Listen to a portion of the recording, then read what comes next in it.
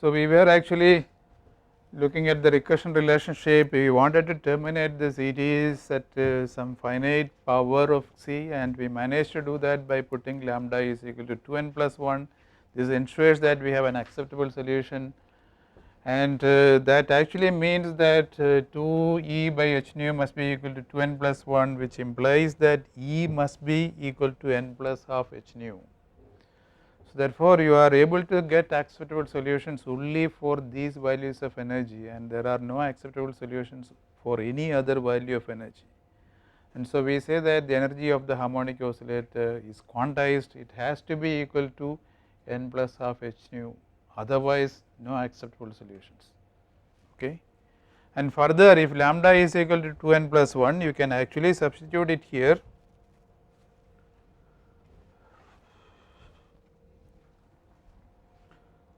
And you can replace this lambda minus 1 with the 2n, sorry, you can replace lambda in here with the 2n plus 1, and you will get a differential equation which will read like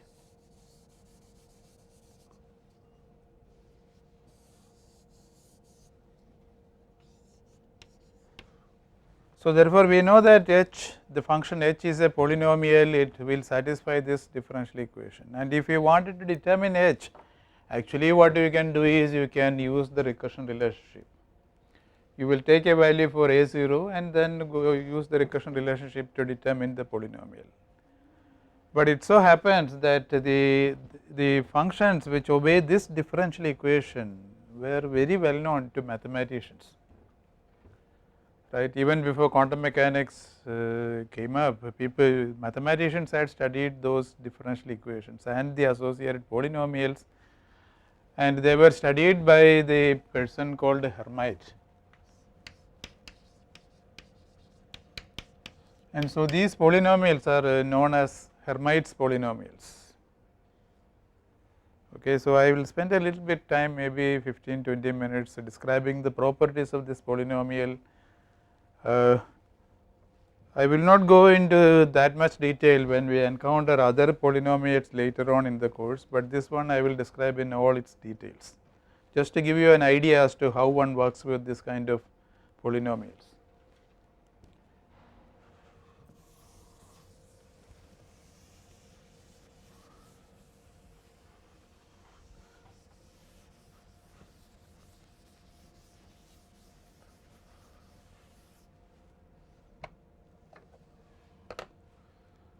So, what I will do is I will start with what is referred to as a generating function.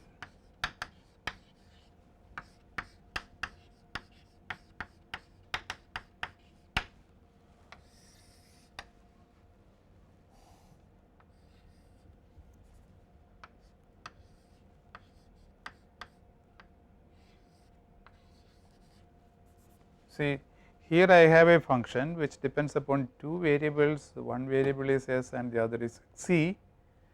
It is a function of two variables, and therefore, I am going to write this as some capital S which depends upon small s and c.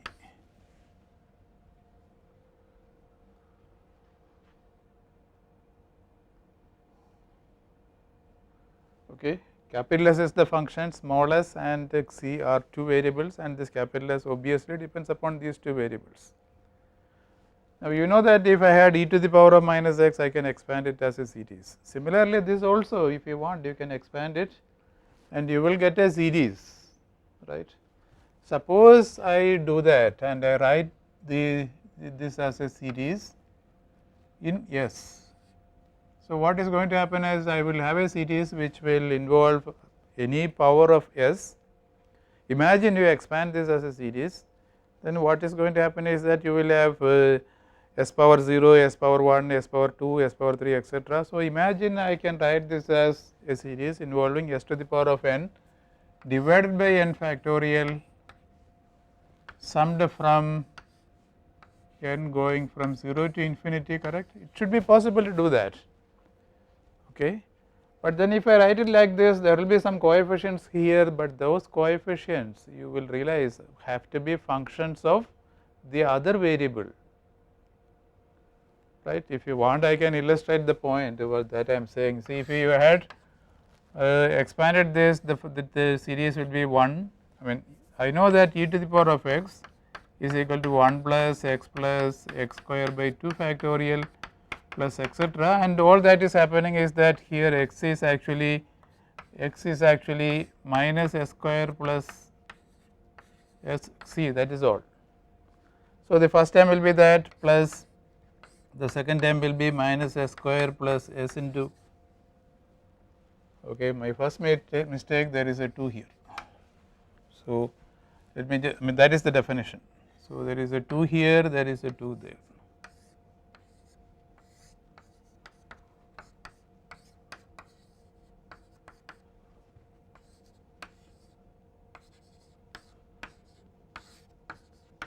So, this is what the series is, correct.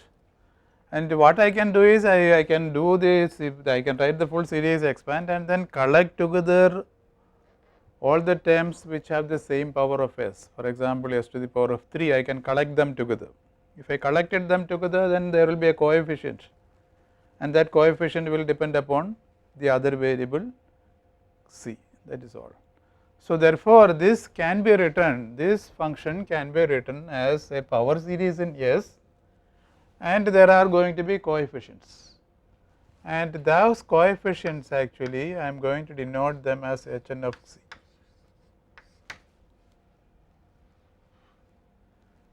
Right. And interestingly, what happens is that these coefficients are just your Hermite polynomials. That is the reason why we think of this generating function, right. These coefficients, they are introduced this way, they are just functions which obey this differential equation with a 2n here, okay. So, therefore, these functions are just the ones which occur there as the coefficients. Well, it is not enough to make this claim, I should prove that. As I said, I will in the next 15 or 20 minutes I will actually show that that is the way it is.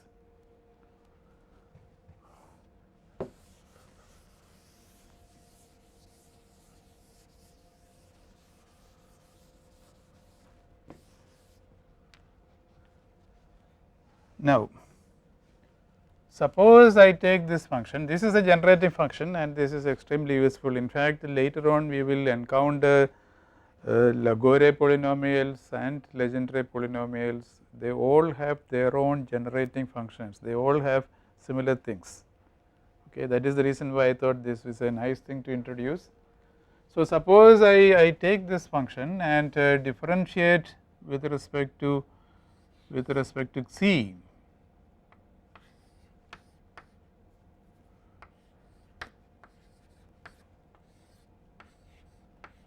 What will be the answer?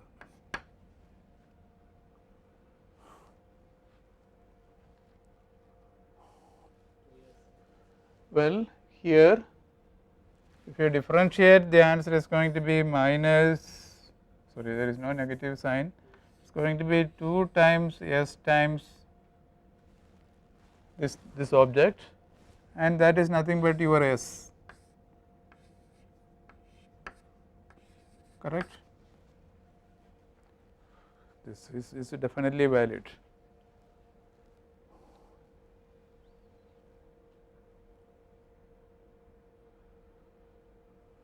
But then I know that s is given by this expression. So, therefore, I can say that, okay, the left hand side I can evaluate using that expression, right. So, if you evaluated the left hand side using that expression, what is the answer that you are going to get? You are going to have some n going from 0 to infinity s to the power of n divided by n factorial, correct. You are differentiating with respect to say, you are not doing anything with respect to s, and so maybe what I should do is I should change this to partial differentiation notation, that is better, so that there is no chance of any confusion. I am differentiating partially with respect to C and not changing S. So, then what is going to happen is, you see, when I calculate the derivative using this expression, s to the power of n by n factorial will remain unchanged, but the derivative operator is going to operate upon Hn. So, therefore, what you are going to get is dHnc by dC. So, that is your left hand side, and that must be equal to 2 times S, correct, and therefore, what is that? That is actually sigma n going from 0 to infinity, right, s to the power of n divided by n factorial Hnc.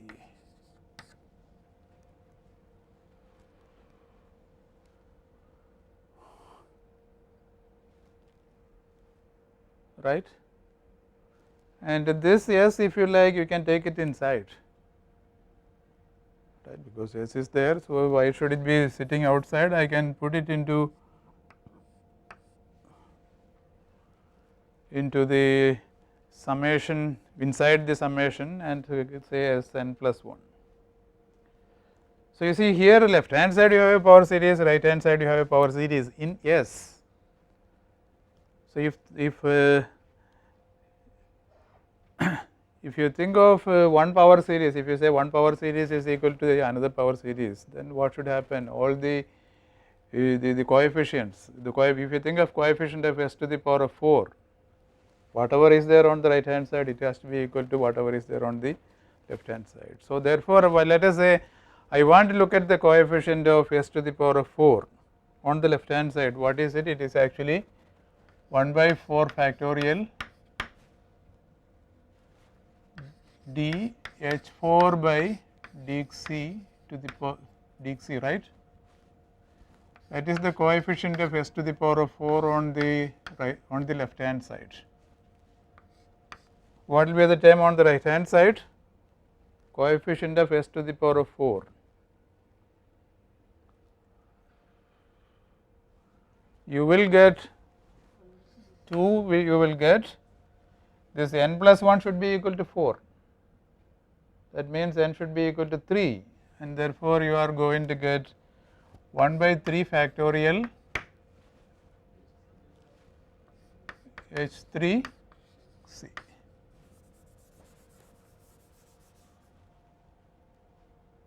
correct.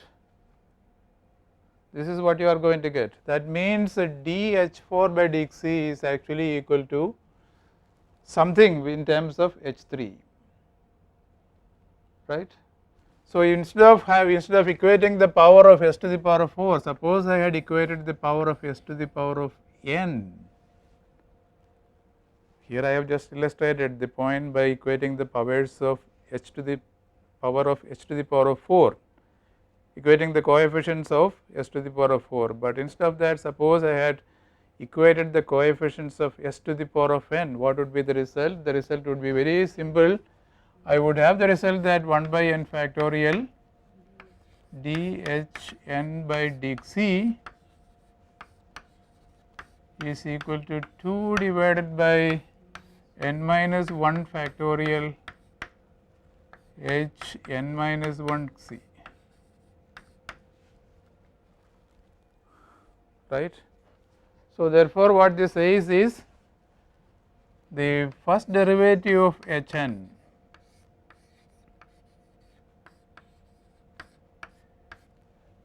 right, these functions Hn are such that the first derivative of Hn is actually equal to 2n times Hn minus 1C, correct. So, I have proved this relationship. How did I prove it? I used the generating function, that is why the generative function is useful. If you took the first derivative of this Hn, the answer is Hn minus 1 into 20. Is that a mistake? Now, this I have done by differentiating with respect to C, but now let me differentiate with respect to S partially and see what the answer is.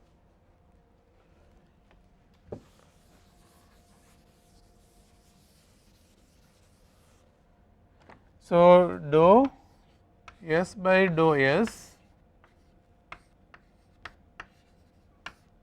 is equal to, if you differentiate partially, what will happen? You are going to get minus 2s plus 2c, right. The derivative of this exponent is minus 2s plus 2c, because I am differentiating partially with respect to s with small s into capital S, right. Procedure is just the same as before. I will now evaluate the left hand side using this expression. I will substitute the same expression into here and then equate the coefficients of s to the power of n, correct. This is what I will do. Let me see what the result is. So, because we understand the procedure, we can proceed quickly. Sigma n equal to 0 to infinity, I have to differentiate this with respect to s. So, the answer is going to be s to the power of n minus 1. One n will come down, but then you have n factorial, right. So, what will happen? This n and that n minus 1 factor, sorry, n minus, I am anticipating the result, that is why I say n minus 1 factorial. This n and n factorial will be combined and I will get n minus 1 factorial, okay. And the coefficient will be h and c, and that is equal to minus 2s plus 2c sum n going from 0 to infinity s to the power of n h and c divided by n factorial.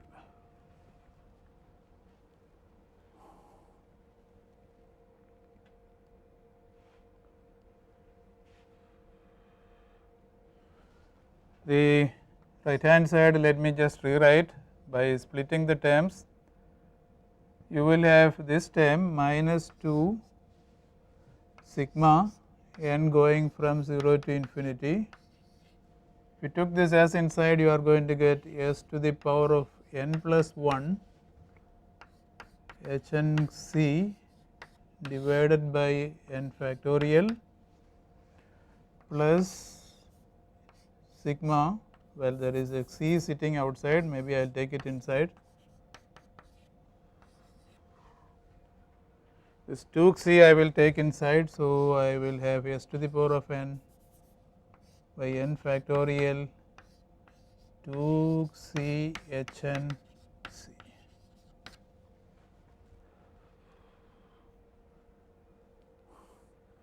Right. Tell me if I have made mistakes. So, just as before, I mean, maybe we will just look at the coefficient of s to the power of 4 on the left hand side as well as on the right hand side, equate the two, see what happens and then generalize it. So, what will be the coefficient of s to the power of 4 here? It is going to be 1 by 4 factorial, right. You have to say n minus 1 in here is equal to 4, because I want to get the coefficient of s to the power of 4. So, n minus 1 is 4, that means I will get 1 by 4 factorial h 5 c is equal to the right hand side. In the right hand side, you see, you have to have s to the power of 4, that means you will have to put n plus 1 should be equal to 4, that means it is 3, right. S is 3, right. So, you will get h 3c divided by 3 factorial, right, because n plus 1 has to be 4 to get 4 s to the power of 4, and as far as this term is concerned, to get s to the power of 4, it is quite straightforward, you have to just put n equal to 4. So, oh, there is a minus 2 here, thank you for reminding me, plus 2c h 4c divided by 4 factorial.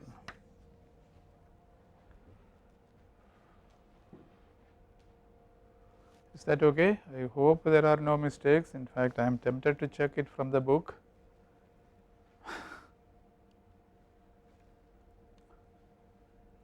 So, let us now generalize. In general, what will happen? I will have 1 by n factorial. I am going to equate the powers of s to the power of n. This is for s to the power of 4.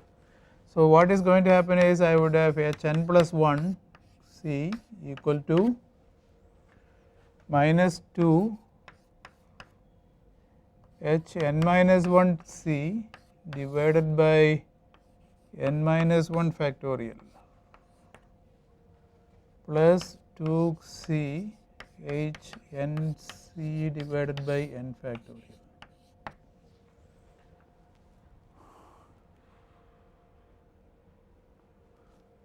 Right. This is what will happen if you equated the coefficients of s to the power of n, and this relationship you can, what will you do? You will multiply throughout by n factorial and we look at the result.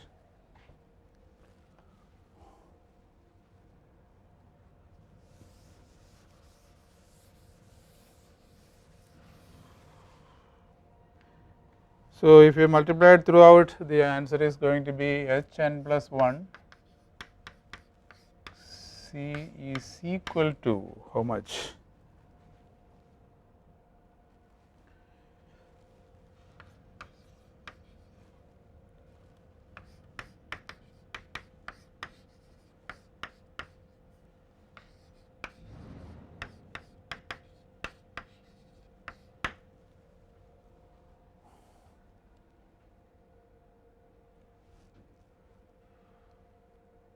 Right.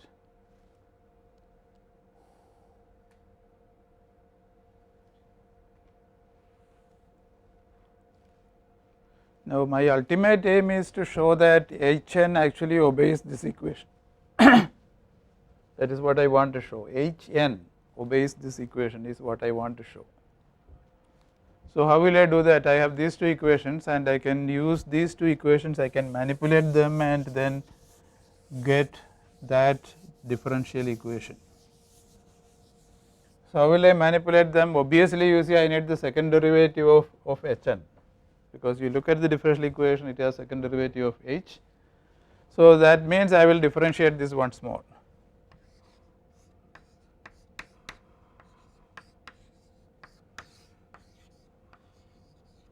Will be equal to what? It is going to be equal to 2n, right, n is just a number, dh n minus 1 by dc, right. If you just differentiate, this is going to be the answer. I give you the reason for doing this. I want to get the second derivative of h n. Why? Because the second derivative is there in this differential equation. But then if you are interested in the second derivative of a Hermite polynomial, right, if you are interested in the second derivative of a Hermite polynomial, it is now related to the first derivative of the Hermite polynomial, but the first derivative itself can be written in terms of a Hermite polynomial. So, in this equation all that I need to do is put instead of n you put n minus 1. So, if you put n minus 1, what will happen? You are going to get 2n, this derivative I am going to use that equation and get 2 into n minus 1 into h n minus 2 c, that is all.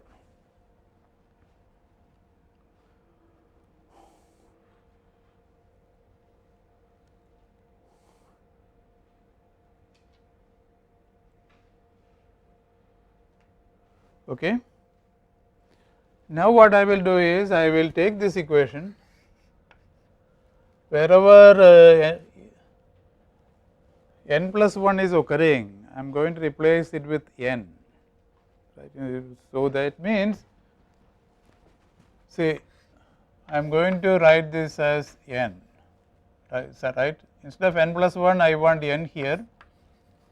So, that means wherever n is occurring, you see I shall put n minus 1, replace it with n minus 1. So, then naturally what will happen is that I shall get an equation like minus 2 n minus 1 h n minus 2 c plus 2 c h n minus 1 c. So, in this first equation is valid for any n. So, therefore, even if I replace the n with n minus 1, the equation has to be valid, and I did that and I get this as the answer, correct. And now, if you look at this equation, you will find that there is h n minus 2 sitting there,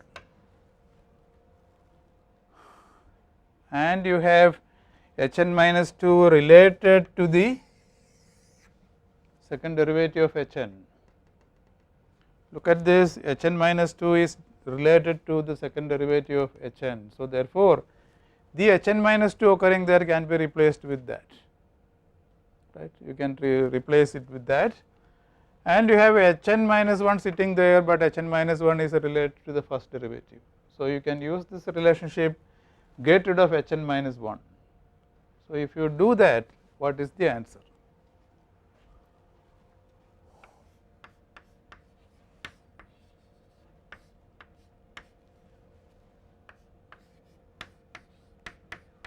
H n minus 2, I am going to get rid of it using this equation. So, I have to replace h n minus 2 with the second derivative of h n, but divided by 2 n into 2 into n minus 1. So, d square h by d c square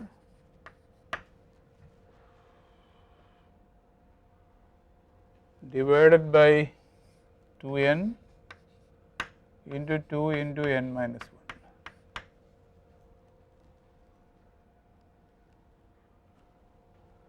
plus 2 c h n minus 1. I am going to use this equation to get rid of h n minus 1. So, naturally I shall get d h n by d c.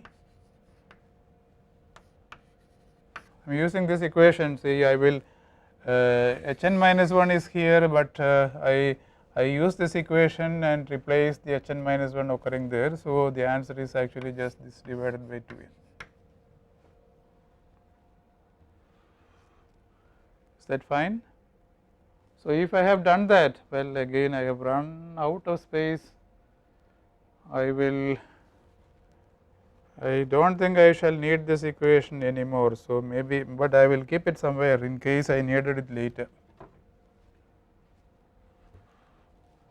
So, where will I write it? Okay, this relationship is there. I will write this equation on top of that.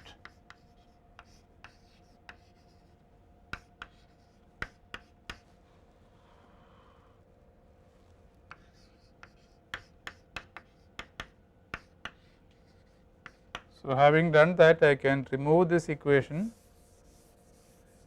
and try to simplify the equation which I have just now obtained. This is the equation. You can simplify it very easily, but before you do any simplification, let me remove this 2 into n minus 1 there and that, and let me multiply now throughout by 2 n.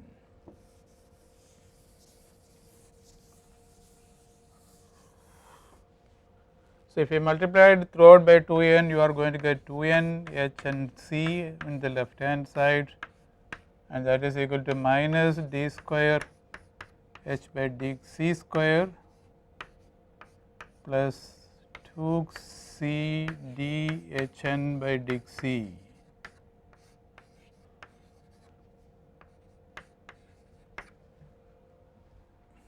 This is the result, and just take these two terms to the left hand side.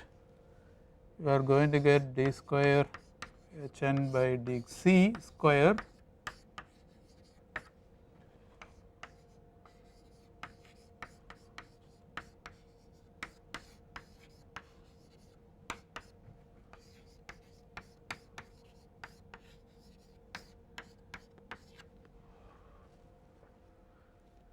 right, and that is the answer that I wanted. So, therefore, you see that the generating function is actually very useful. I can derive differential equations, and in fact the differential equation that we have obtained is just the differential equation that we had obtained by doing all the manipulations earlier, and therefore this H is actually nothing but the Hermite polynomial Hn. As I told you, these things were already known to mathematicians, and therefore people who are doing quantum physics just had to borrow their knowledge, that is all. But then you may say, well, what is the fun? After all, you could have solved the equation directly, why should you take this? The answer is that once you have this expression, you can derive a very simple formula for the Hermite polynomial itself, which I will do now. Okay, starting from here I can derive a simple formula for the Hermite polynomial. If you want to calculate any Hermite polynomial, I can give you a formula. That is the first thing. The other thing is that in quantum mechanics you always have integrals to be evaluated, and the evaluation of any integral involving the Hermite polynomial is easy to perform using this generating function. Okay, that also I shall demonstrate just for this case, but in the other cases also, that the other cases that we will discuss later, like Legendre or Lagore polynomials, the same procedure is valid, but I will not go into the details. So, what is the formula that I would have for evaluating the Hermite polynomial?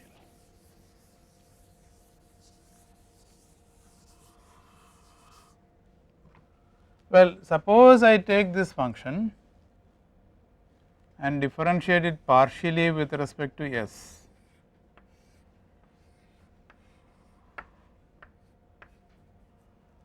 After which I will put S equal to 0. What will be the answer? I suggest that you try this. If you differentiate S partially, use this right hand side, right, use this expression. Imagine that I differentiate S partially with respect to x. After doing the differentiation, I will put S is equal to 0. You can imagine what is going to happen. You will find that the answer must be equal to H1, because you look at the series, maybe this will become clearer if I wrote the series 1 plus S by 1 factorial into H1 plus S square by 2 factorial into H2 plus etc. That is the form of the series, of this series. So, if you are differentiating with respect to S, right, this 1 will go, this term will survive, it will survive as H1, and then you will have a term involving S, and then higher order terms involving S square, S etc. But the moment you put S is equal to 0, this is going to disappear, and therefore you will be left with only H1. So, therefore, if you differentiate once with respect to S and put the derivative equal to 0, you are going to get H1 of C. If you differentiate it 2 times with respect to S and put the derivative equal to 0, what will you get? You are going to get H2. Differentiate n times and put the derivative, differentiate n times and put S is equal to 0, what will happen? You will get Hn, right. So, that is a nice thing. You just have to take this function, differentiate it n times with respect to S, correct, put S equal to 0, you are going to get Hn. But that is not the nicest thing actually. The nicest thing is a formula that I am going to show now. So, I can say that Hnc is equal to dou to the power of n S by dou S to the power of n with S equal to 0.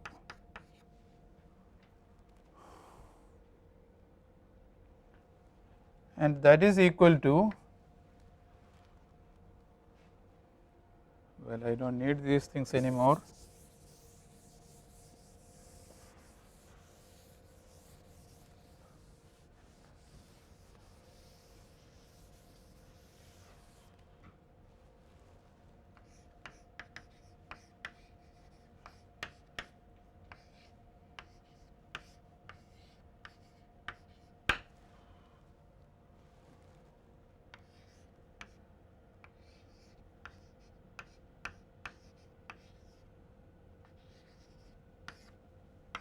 that is your S, capital S, correct. This object that I have written is my capital S. So, you will have to do the differentiation, and after doing the differentiation you have to put S equal to 0.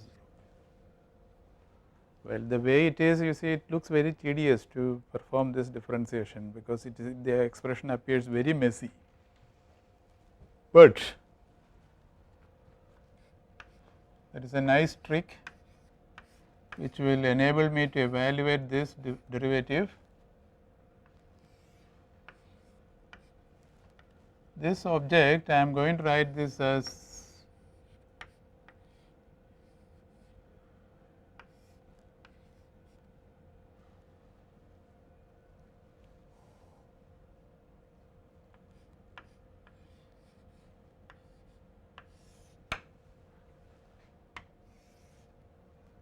is that okay? Because you see, if you had expanded this, you are going to just get back that, right. So, that is obvious. Now, e to the power of plus e square is there, but you see you are differentiating partially with respect to s. So, this e to the power of c square is not going to be affected. So, I can take it out. So, you will get e to the power of c square dou to the power of n by dou s to the power of n e to the power of minus s minus c whole square.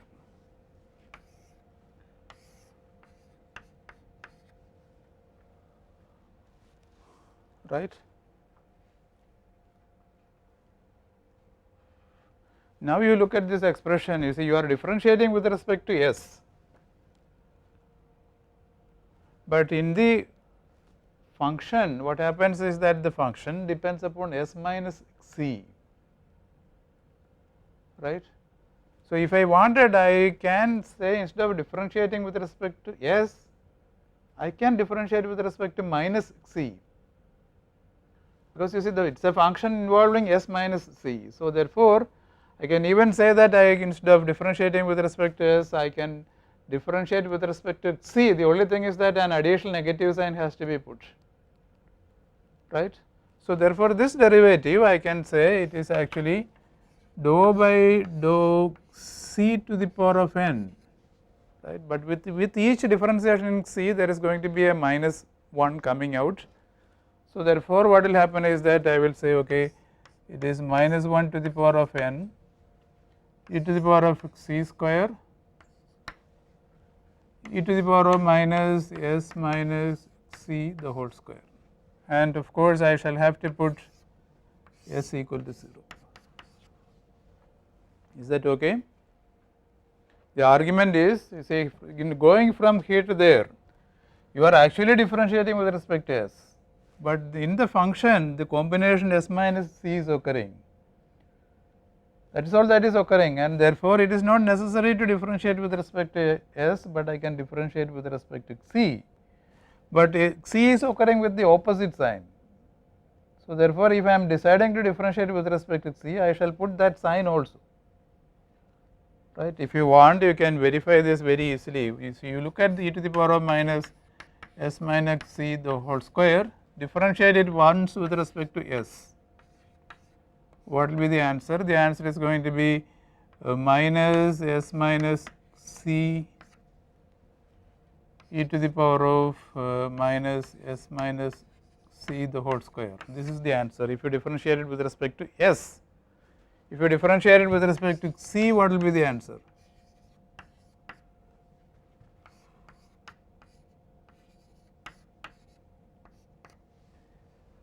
The answer will be minus s minus c into e to the power of minus s minus c the whole square, but you are differentiating with respect to c, that means you will have to put an additional minus 1,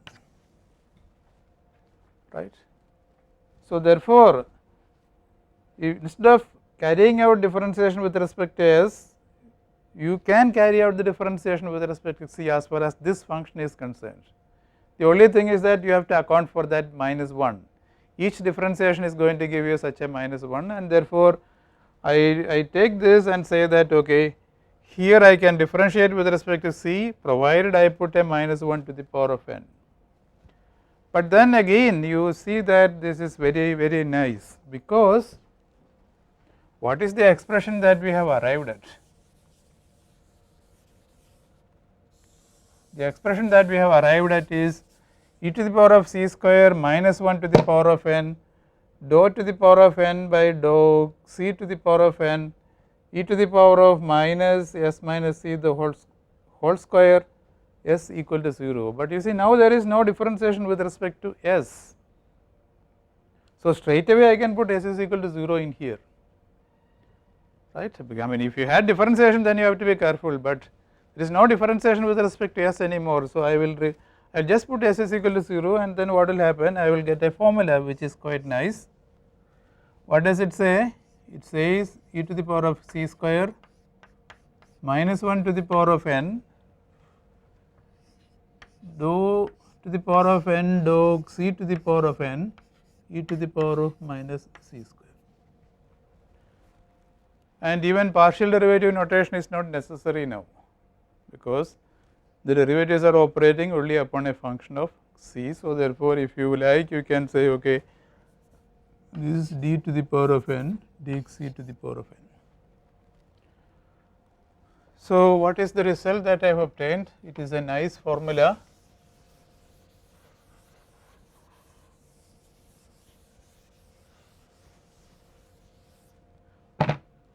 Hn(c) is given by e to the power of c square minus 1 to the power of n d to the power of n by dx to the power of n e to the power of minus c square. This is the formula that I can use. If you want any Hermite polynomial, I can evaluate it using this formula. And just to illustrate, suppose you think of h0.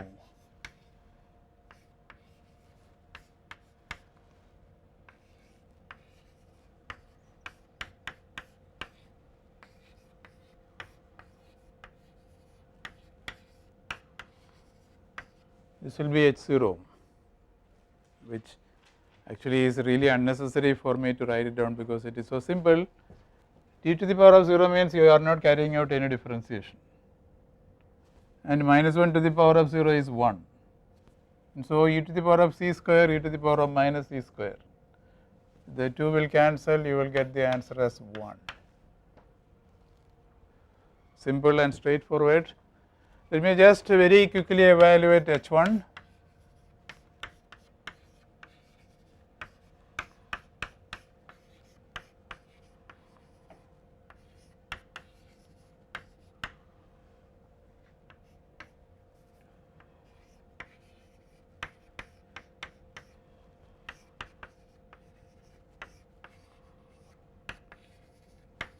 Right, you just differentiate this once, e to the power of minus c square 1 minus 2c will come down, and this and that are going to cancel, you will be left with just 2c. So this is your h1. Okay. Now it is it's a very easy. All that you have to do is you have to go on differentiating. If you wanted h10, the only thing is you have to differentiate 10 times, which you may say, well, it is not very easy to differentiate 10 times. But there are, as I said the other day, there are programs like Mathematica. Mathematica can evaluate even the 100th derivative. The expressions will be messy, but it can do it. Okay. Now you can evaluate h2. Well, I think it turns out to be, well I will check this, because I do not want to make a mistake.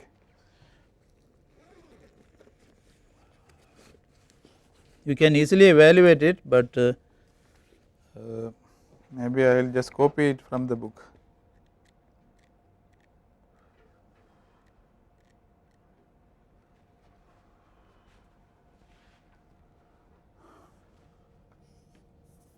That is h2, similarly h3,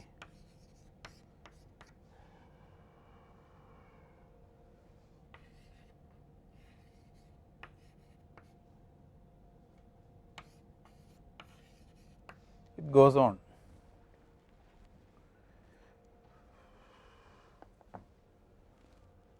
So, now let us summarize what we have found.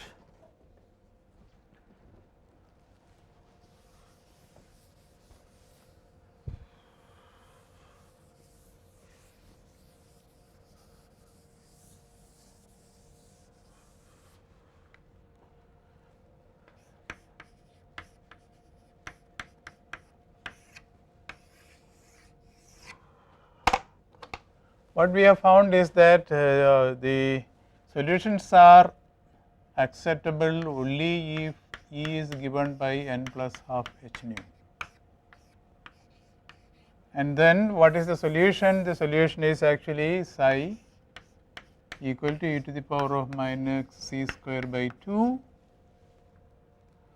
multiplied by h.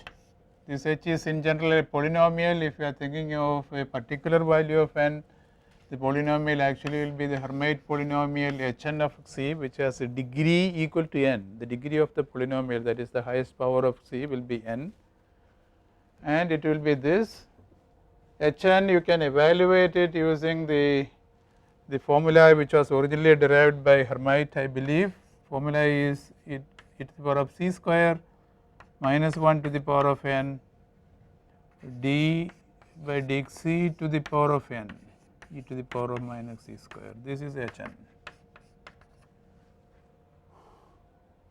But then once you have the wave function, what do? You try to get physical information out of it. The function, you have to ensure that it is normalized, and the way this psi is written, it is not normalized. So, there will be a normalization factor. I will introduce it now. I will call, this is just the normalization factor. You give me any wave function, I will normalize it, and the normalization factor will in general depend upon the number n. This number is a quantum number. See that you should also remember that this is a quantum number that has arisen. How did it arise? I imposed the acceptability conditions, and then in the process of solution this number came out naturally, right. It was there in the solution. When I imposed the acceptability, the condition that the wave function is acceptable, I automatically got this number. The solution was dependent upon that number, and this number can take on the values. In the case of the harmonic oscillator, it can take on the values 0, 1, 2, 3, etc. Right. I think this is a right point for me to stop. I shall continue in the afternoon. Thank you for listening.